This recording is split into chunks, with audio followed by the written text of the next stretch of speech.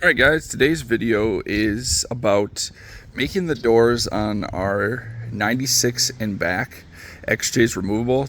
My green one and the pink one, they have this already done to them. The white one is still waiting. It has power doors, so it's a little more involved because you got wiring and to take care of, which I've done on the green one, but I had some issues with it holding up and stuff, so that one will be later in time. But for today, it's just a manual door, making it removable. There's no wiring because we're going to relocate the speakers, so that's not an issue. Yeah, so it'll just be the door, so you can just pick it up and whatever. I already went ahead and cut them off the Jeep, so you can see we still have the factory hinges and stuff like that. But basically for this, the tools I use, a hammer, because, well, they're old and sometimes you need a hammer. I have a grinder with my Allen wrenches to change out the disc. I have a T40 Torx, because that is the size of these bolts that hold in the hinges. I have a 1/2-inch socket, because what I do, just my preference, these old bolts are nice, but sometimes the Torx strip out, especially when you're taking them out from them being in there from the factory. So I like to avoid that just because they're old, wore out. You can replace them with what style that they had, but I usually go to this M8 1.25 by 30 millimeter ones. They're stainless steel and they have a hex head. I just like hex head for the doors, just because if you don't cut the hinges off and you want to remove the doors and leave the hinges on the Jeep, you could just sneak a ratchet wrench in there. The Torx is sometimes harder because you have depending upon the Torx bit you use. That's just my thing. And then some anti-seize to put in these bolts so that if I ever have to take them out later, that'd be nice. But like I said, these doors will be doorless, so I shouldn't have to run into the hex head issue. It's just something I like to do, but I will be able from now on be able to just take the door off and work on it. Why do I make the doors removable? The biggest thing is in the summer to enjoy driving around with no doors. Up here in Wisconsin, they don't really care if you do that. And the other reason is sometimes when you're working in your Jeep, especially underneath the dash or something, being able to take the door off, it doesn't appear like it, but it just gives you a lot of extra space to work with, and I really like it. So that's why I do it to all my Jeeps, aside from the fact of having fun with them. So this is a general rundown of the tools, and we will go forward with making them doorless. Alright, so pretty straightforward process, but here's taking the hinges off. I went ahead, I got a set of 4 doors. These are the blue ones I'm going to be putting on the green Jeep Cosmo, but I'll just run through one door, not bore you with 4 doors. The first thing I like to do, which you need a 10 millimeter for, is get rid of these door checks.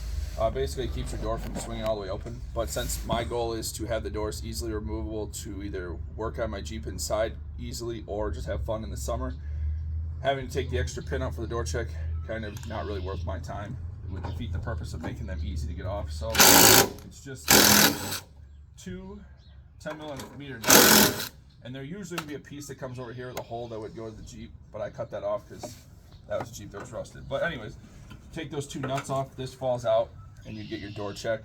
I just throw that away because I don't use those. It's just extra steps for me later.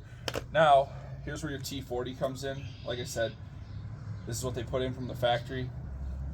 I don't particularly like them, so that's why I switched them to hex head, but it's just 3 T40 bolts. They come out. I got this nice impact, makes it a lot easier because I've struggled with most of our Jeeps doing it by hand, and sometimes they are just a pain. So this will take them out.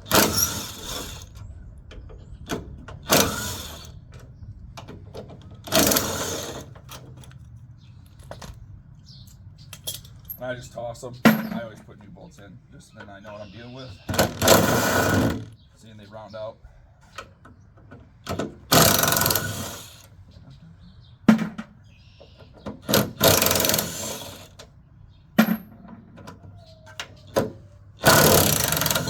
the nice thing is this gun does do some pretty good work and got it out. Otherwise, if it rounds out on you, it makes your life a lot harder.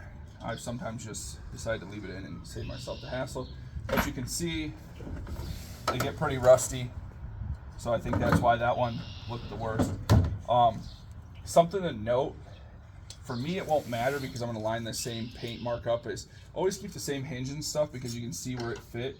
That way your door won't sag when you put it on and stuff like that, and you have your paint line here. For me, I'm just going to match it up to there and put them back on. Some people like to do a quick little Sharpie mark or paint it themselves. For me, I'm just going to put it back on, and these doors are going to be getting painted grab art green anyways, so it's not really a big deal. So I'll just use the old thing and then paint over it. But yep, that's a quick rundown of how to take the hinges off, and I guess how to take out this door check, which, like I said, on the doorless mod, I like to get rid of that just because then it's not in the way. Something to quick note before we go into cutting them and stuff. I've marked the bottom that needs to get cut with Sharpie, but you can see on the driver's side, the pins go through and the head's here holding it in. Obviously, they're not just going to fall out, but the pin holds it from going any farther down. On the passenger side, they put it up the other way. So the one thing to note on that is what I do is, since I have to cut these off, this pin will eventually get taken out and put up here, but otherwise they're pretty much the same concept. We'll go through cutting some and show you what they end up looking like for at least the way we do the doorless mod. And yeah, so the goal is to cut off the hinge. This is the middle section, and then this would be the bottom. The goal is to get it to look like this. Eventually we'll cut this pin to come straight with this line so that it can, on the body of the Jeep, this is obviously off the body of the old Jeep, but on my Jeep this is still there. This will sit in there, and you only need the pin long enough to come to basically 3/4 of this. That way it's easy to just pick up and take off. So the goal is to get the hinge to look like this and then cut this pin. So obviously put our safety glasses on, even some for the camera person so that they're safe. But we just simply cut down.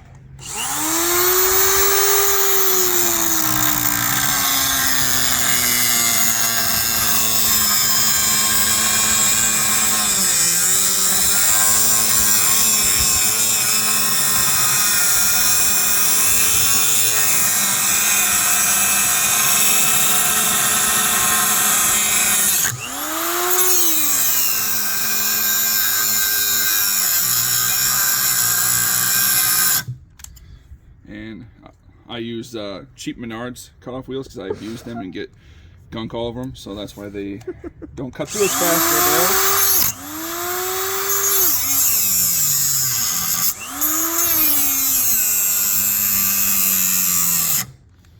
Or it's just the fact that I'm on a video, you know, I get nervous. There's a girl here. Or, yeah, my wife's here.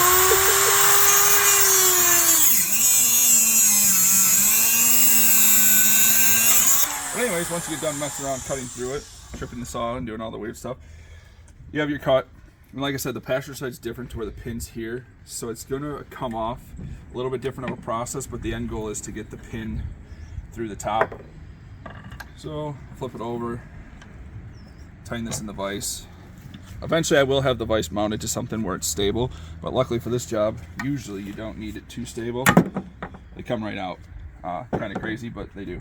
So then I will go through, I'm not going to bore you with the details, but I'll pound this out, put the pin, it's going to end up like this. So then we're just going to come in here on this one.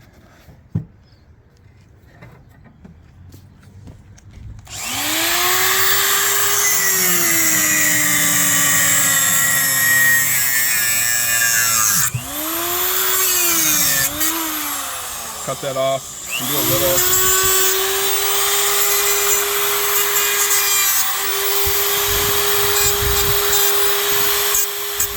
Just a little knurling, it's not really required, but it just makes it easier to get it in and out of the thing.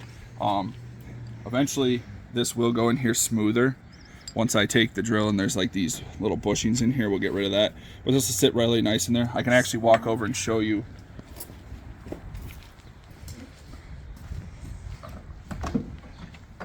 This is what's nice about it. Now I just have all this room to work on her Jeep or drive around with no doors, but this will come in there and it sits nice. So it has a little bit of slop, but once the door's shut, you don't notice it. But obviously you want it to be easy. You don't want to be like struggling to line up two hinges. So that's the end goal. These just mount back on the door, and your finished product would look something similar to this.